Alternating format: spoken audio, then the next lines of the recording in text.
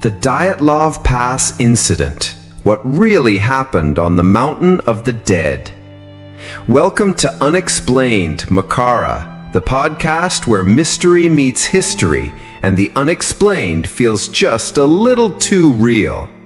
I'm your host, Makara, and today we journey deep into the Ural Mountains of Soviet Russia to revisit one of the most chilling, mind-bending, unsolved mysteries of the 20th century. This is the story of 9 experienced hikers, a forbidden mountain pass, and a night that turned into a terrifying enigma, the Dyatlov Pass Incident.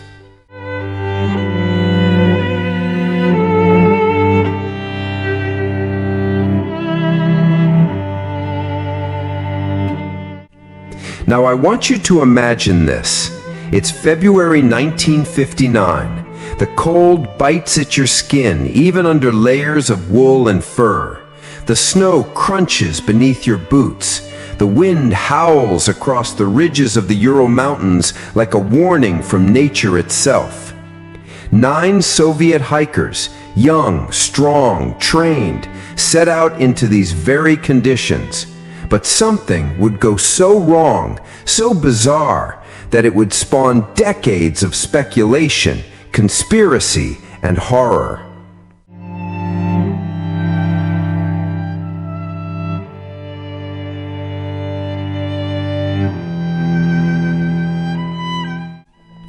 Part 1. The expedition begins. The group was led by Igor Dyatlov, a 23-year-old radio engineering student at the Ural Polytechnical Institute. Smart, confident, and well-liked, Dyatlov had organized many such hikes before. This one was meant to earn them a Grade 3 hiking certificate, the highest available at the time in the Soviet Union. The team consisted of 8 men and 2 women, all students or recent graduates from the same university, all with experience in harsh terrains and frigid climates. Each of them had survived treacherous conditions before. This wasn't their first trip, but it would be their last. Their goal? Reach Mount Otorten, whose name in the indigenous Mansi language ominously translates to "Don't go there." But to get there, they would have to pass through the slopes of Kholat, Syakhl, which translates to Mountain of the Dead.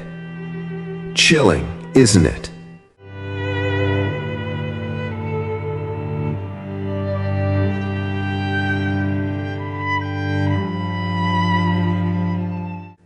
Part 2. The Mysterious Night.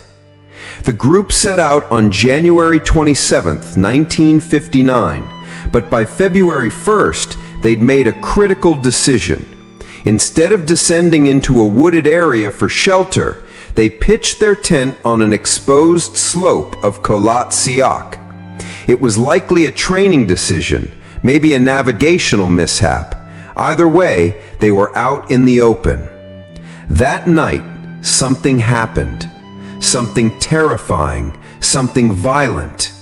When search parties arrived weeks later, what they found shocked the entire Soviet Union and the world. The tent was discovered, slashed open from the inside. The hikers had fled into the snow, some barefoot, some barely clothed, in minus 30 degrees Celsius temperatures. Let that sink in. Imagine running into the snow, half naked from your tent, into the darkness, without even grabbing your boots. What kind of fear forces a person to do that?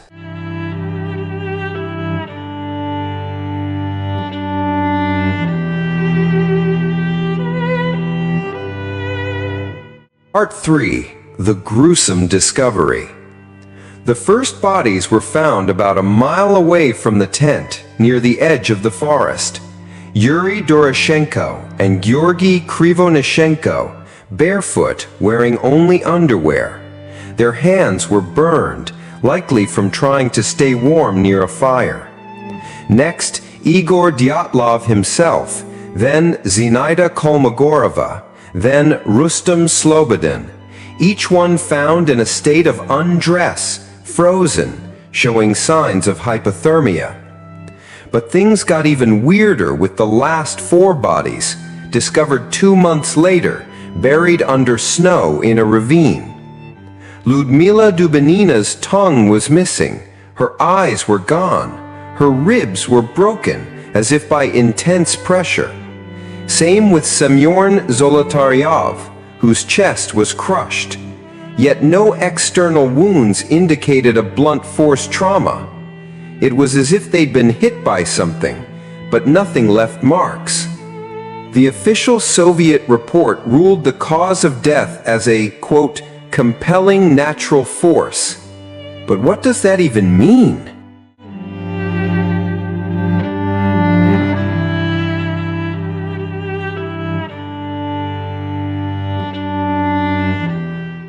Part 4.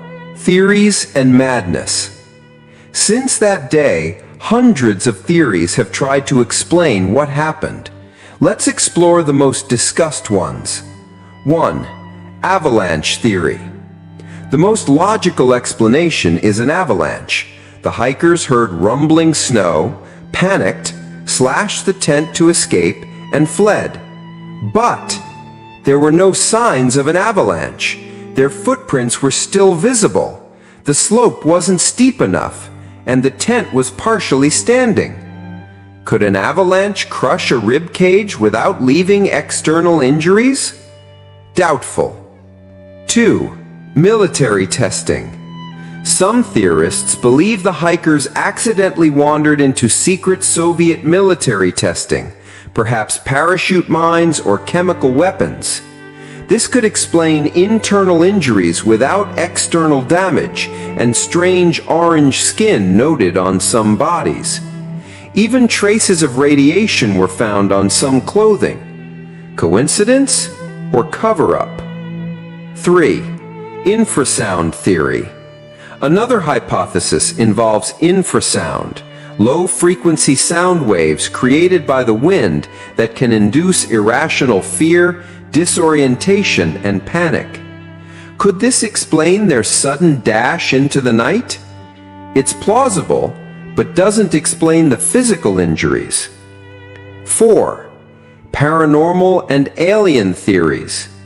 And of course, the internet's favorites, aliens, Yeti attacks, and interdimensional rifts. One of the hikers reportedly wrote, "From now on we know snowmen exist," in his journal. Joking or warning?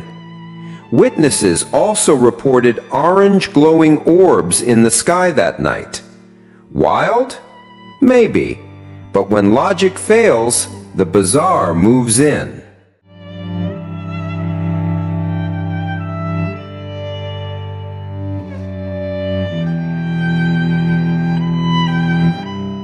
Part 5.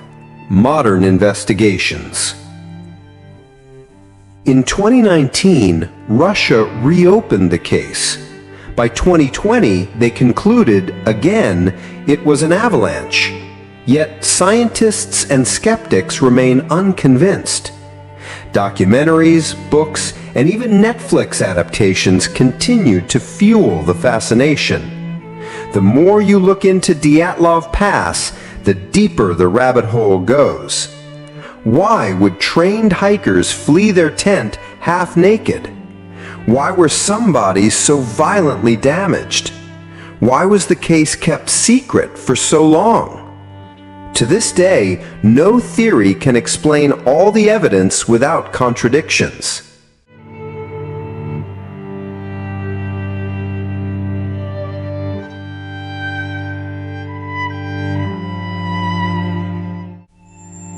Part 6. Legacy and Chilling Questions. In 2008, a Russian filmmaker interviewed surviving families. Their message was clear. They didn't die from an avalanche. They were terrified by something. So what happened on that icy slope? Was it a freak accident? A military secret? A force beyond human comprehension? Or something we're simply not meant to understand? As we wrap up, I want to leave you with this thought. The Dyatlov Pass is now a place of memorial. A monument stands there, cold and alone, surrounded by the very snow that swallowed the truth. And the mountain still waits, silent, watching.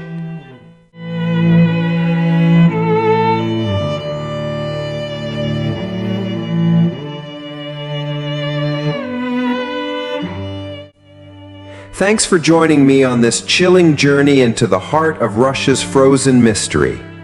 If you enjoyed this episode, follow Unexplained, M-A-K-A-R-A, for more tales where the truth is stranger than fiction. Until next time, stay curious, and maybe, just maybe, don't hike into places called Mountain of the Dead. Good night.